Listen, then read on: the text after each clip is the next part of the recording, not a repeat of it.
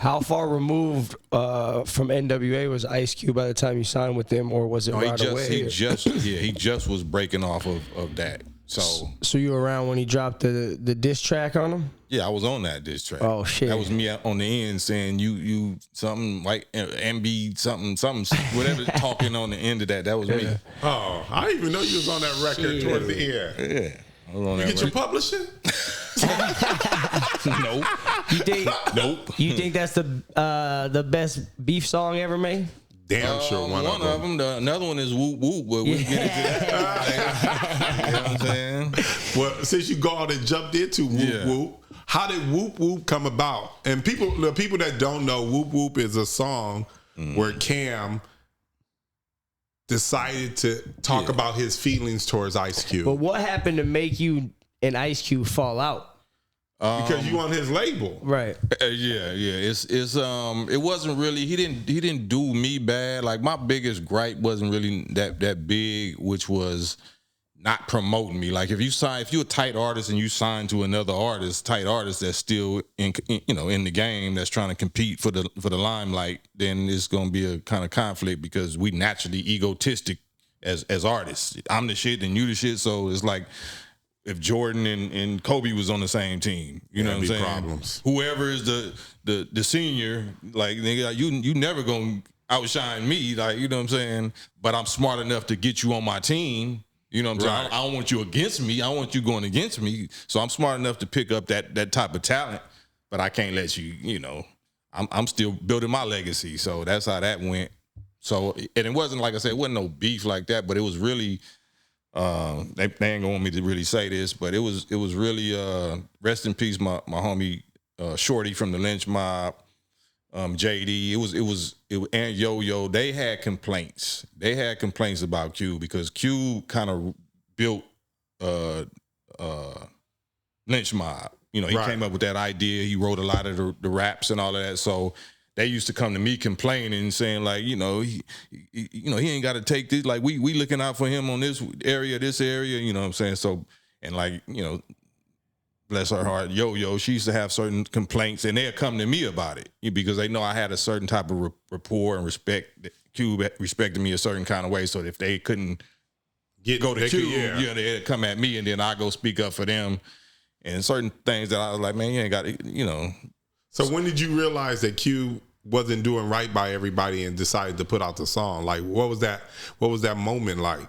It was me poking at him, though. It was me, because I was doing some brother Cam stuff behind the scenes for him, you know what I'm saying? Making, helping, Well, back then, I already know. I remembered it kind of back then that Ice Cube was involved with the Nation, right? Yeah. And I remember after the first album, they started talking about it on the first album, but even like the second and third album, you start hearing his voice a little bit more. So are you the one that helped him get involved with the Nation? Absolutely. So that whole Death Certificate album, if you remember the back cover, you see the FOI with the logos on, with the shades on, the suit and the bow ties and all of that. And that's the album where he got in trouble talking about Jerry Heller and you let a Jew break up my crew and put something in his temple, and you know what I'm saying? So he got in real hot water by the same folks that, the cancel culture, like he was one of the first cancel culture, because you ain't supposed to say certain things about that community. So they was on the line like they got an army. And they was calling our captains like, is dude really with y'all? Because if he ain't, you know what I'm saying? It's gonna get handled. He's like, well, if you touch him, you got to touch us, and it's gonna be all the way on. And that's how that went. So it was real in the field. Like, it wasn't just entertainment, but he was in the song. You said he didn't know that. Did he not? He didn't know that all that shit was going down. Nah, he didn't know it. And then once I let him know it, because certain conversations was on tape between us and certain members of the JDL, you know what I'm saying, that was telling their feelings about Cube, and I let him hear that, and it was sobering, you know what I'm saying? But then you don't know whether, like, okay, so now is this like the squeeze play now? Like, is Cam trying to squeeze me, or like the So, all right, bro, and, you know, do you. Like, if you don't feel safe being, you know, affiliated with this or whatever, you know, at that time, you know.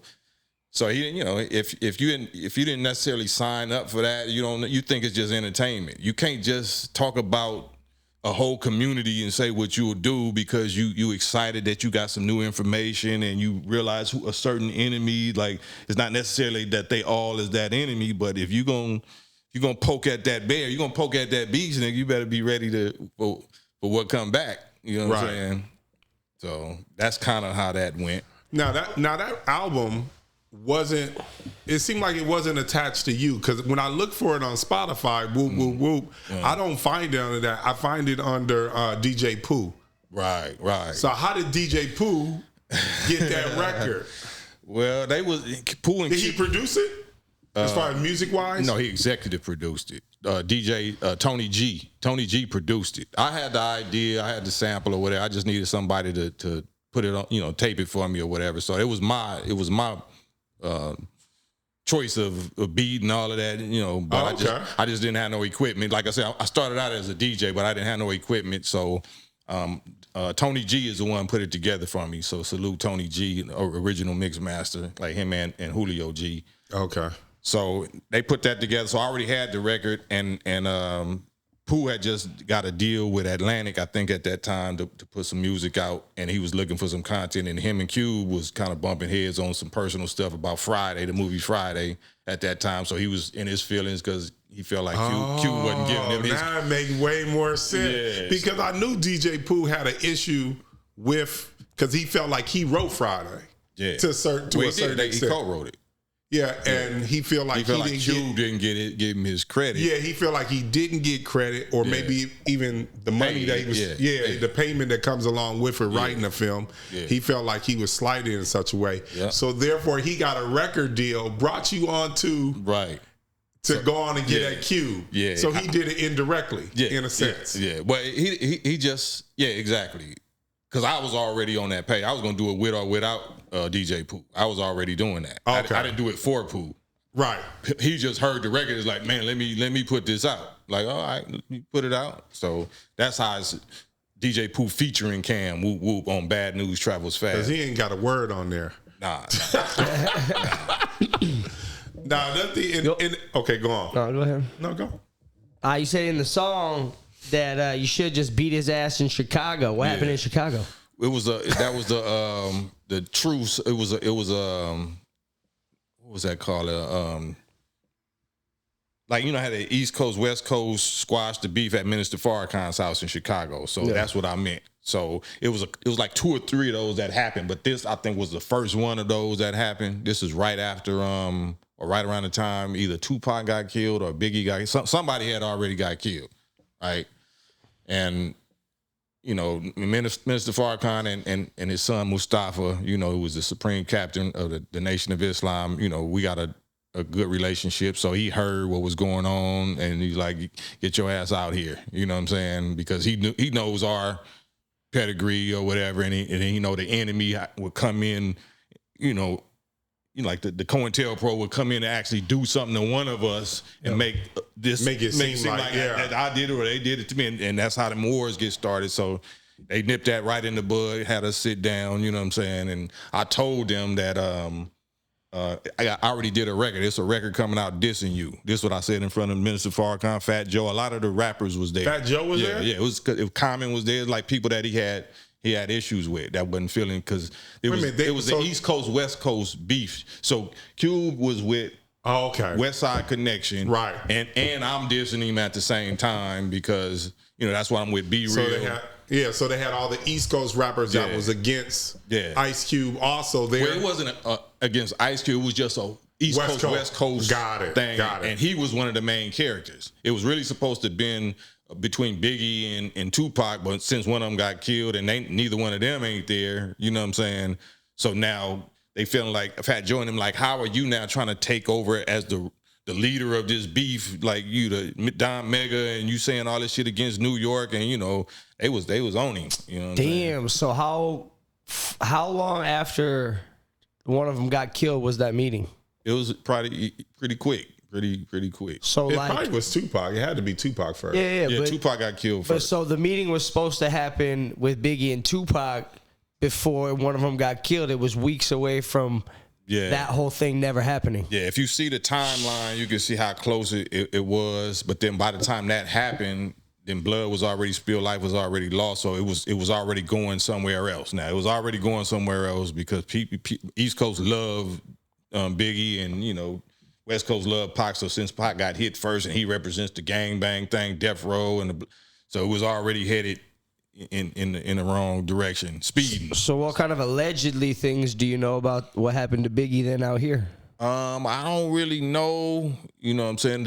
I know that I hear the same thing that everybody else here in the street, but I heard, you know, of course, we hear the part where a Nation of Islam member in a suit and a bow tie supposedly hit Biggie or whatever, and we know that's garbage, but in some way we're gonna get involved, or or they're gonna try to put us involved like in some crazy. So when so Cube is there. Cube is at the meeting. He at the meeting, so you let him know that it's a song coming out. Yeah, I let everybody know, and I told Minister Farrakhan that I'm not that I'm not no tough guy. You're not gonna pull the record. Yeah. Did they ask you to pull the record? No. He didn't. I said it's already coming out. It's like a bullet already left the chamber, so I can't call it back. But once you hear it, I don't want y'all to think that I left this meeting and then just did something else. So I'm letting you know, you know what I'm saying? And then Minister Farrakhan said, okay, well, this is how we do this. Once you get home, then, do another version. Go on the radio and do another version, a piece version or something. And I did that. It was on Power 106 and whatever the other station was. So that was running. So I made sure Big Boy only play this. Don't play where I'm dissing him. So I did a whole nother version. Who was big as hell in L.A., so I don't know who he must have been the only one not playing it. yeah. No, but he was the biggest huge. Station. Like Power 106. I'm just saying L.A. because I was in L.A. when I heard it. Yeah. I remember that shit. I was like, he killing this. But the streets already had it. So the streets had the diss version. Right. But if I'm going to go on media, you know what I'm saying? Because, in the streets, they still listening to the radio. So once they hear it on the radio, they're going to only hear the piece version. I never heard the piece version ever. Yeah, that was all they was playing. And how did Ice Cube react after the diss song? Did he talk to you? Nah. he still ain't really talking to me. He done made. I mean, this is all. It's all love because but Be Real, Common, all the people that he previously had, He mended all those relationships. He mended the only one now that he didn't, from my understanding, is Mac 10. Because I guess they fell out for some personal reasons. Yeah, I heard about as West Side Connection, but he didn't. Mac 10 never dissed him. Like I dissed him. Like what I'm saying. So if we're gonna keep it hip hop, like that's part of battle rap. That's part of hip hop. You're not supposed to get in your feelings about it, but I guess I make people get into it. So you and Mac 10 are basically the unresolved relationships in the as far as the rap goes. Yeah, as far as the rap. But a few years ago, I put together like a little underground project, a black and brown unity project called Mutual Respect. And I reached out to Cube, you know what I'm saying, and said, this is what I'm doing. And I'll be like a hypocrite if I'm trying to promote black and brown unity, but then I ain't even trying to squash or let the people see a demonstration of me and you being unified. So, would you get on a record with me? And he agreed, but so we was talking, he agreed, but like 3 or 4 days into it, I was sending him beats like, I don't really like that beat, like, and I had just heard something he just put out, like, shit you put out is trash, man. You might not, be complaining about these beats, but about a week later, I got something in the mail. Yeah, I got something in the mail that said that I had like a $850,000 judgment from some samples that I got used when I was with Cube, right? Uh-huh. I'm like, I don't produce. Like, how do I got an $850,000 publishing judgment because I use, what I'm saying, and it said per street knowledge. So I said, bro, like, the devil is always busy, man. Look at this. I sent it to him, like, what I'm saying. They know we talking, and they know it seemed like we about to get together and do something positive or whatever. And I got this in the mail. I sent it to him. Never heard back from him after that. That's some years ago. Damn. Yeah. You get out of that shit? Nah, it's still on me. They've been garnishing my shit ever since. $800? 800,000. 850,000. Oh, I thought you said $800. No, 850,000. 850,000. Damn. And the samples were from an album you did on the Cube? On the Cube. My first album, Never Again, which was, I don't know if it's Bridgeport Publishing or one of them publishings that Parliament and Funkadelic was on.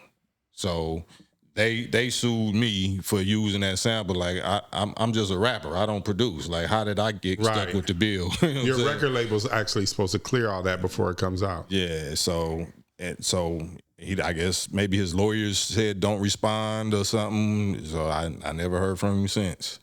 Damn. So that, that day, you know what I'm saying?